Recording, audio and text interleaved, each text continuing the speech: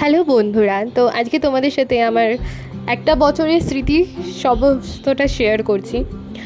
এটা হচ্ছে কোড়াইকানাল, তামিলনাড়ু। তো আমি সেখানে আমার জব রিলেটেড কাজের জব রিলেটেড কারণে আমি পোস্টিং ছিলাম। আমার পোস্টিং ওখানেই হয়েছিল, ফার্স্ট টাইম জব যেটা হয়। অনেক কিছুই ছিল, এক্সাইটমেন্ট থেকে শুরু করে সব কিছুই। আমার তো এটা আমার হোটেল ইন্ডাস্ট্রি ছিল। তো যাই হোক, ওখানে অনেক মানুষের সাথেই পরিচয় হয়েছিল, খারাপ ভালো খারাপ সব মিলিয়ে মিশিয়েই সব কিছু ছিল। স্যালারিও ঠিকঠাকই ছিল, প্রোগ্রামের কিছু মুহূর্ত ওখানে। বাট হ্যাঁ, আমি ওখানে 3 মাস করেছি, তারপরে চলে এসেছি।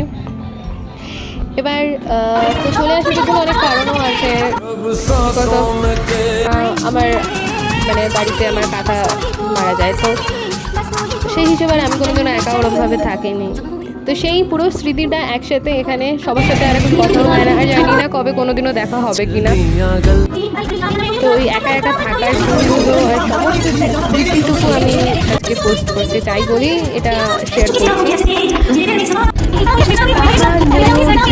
দিয়ে একটা অপূর্ব পরিবেশ ছিল, আর খুবই সুন্দর ছিল জায়গাটা। সত্যি কথা বলতে গেলে সত্যি এইটুকু ক্লিপে তোমাদেরকে আমি কতটা বোঝাতে পারছি জানি না, বা সত্যি সুন্দর ছিল। তোমরা মেবি জানো অনেকে যে প্রিন্স অফ হিল বলতে কোড়াইকানালকেই বলা হয়, আর এটা হানিমুন প্লেস হিসেবে তো খুবই বিখ্যাত। যাই হোক, তোমরা একটু দেখো, ভালোই লাগবে আশা করি। তবে আমি তোমাদের একটা কথা বলবো, যারা বাইরে অ্যাডজাস্ট করতে পারো, থাকতে পারো তারাই, বা যারা ফ্যামিলি ছেড়ে একদমই থাকতে পারো না, এবার যারা থাকতে পারে তাদের কষ্ট হয় না, অবশ্যই তাদের আরও অনেক কারণে তাদেরকে থাকতে লাগে, তারা না চাইলেও থাকতে হয়। বাট আমার ক্ষেত্রে সেইটুকু আমি সাপোর্ট পেয়েছি বলেই আমি আসতে পেরেছি। তবে অবশ্যই এই জবে কিন্তু আমি ফার্স্ট টাইম জব বললাম, হ্যাঁ, কারণ আমি এখানে ট্রেনিং হিসাবে আসিনি, আমি একদম পার্মানেন্ট স্টাফ হিসেবেই ছিলাম। তার জন্য আমি বললাম যে হ্যাঁ, যে জবে আমি স্টাফ হয়েই ছিলাম, সেটাও আমি বললাম যে একটা চার্চ ছিল, খুবই সুন্দর ছিল এই জায়গাটাও। পুরো টপ ভিউগুলো পুরো এখান দিয়ে দেখা যেত, খুব সুন্দর লাগতো। আর এটা সিলভার ওয়াটারফল নামে খ্যাত। আর এগুলোই ছিল কাকা মারা যাওয়া, তারপর আমার নিজে আমি একা একা থাকতে পারিনি ওরমভাবে।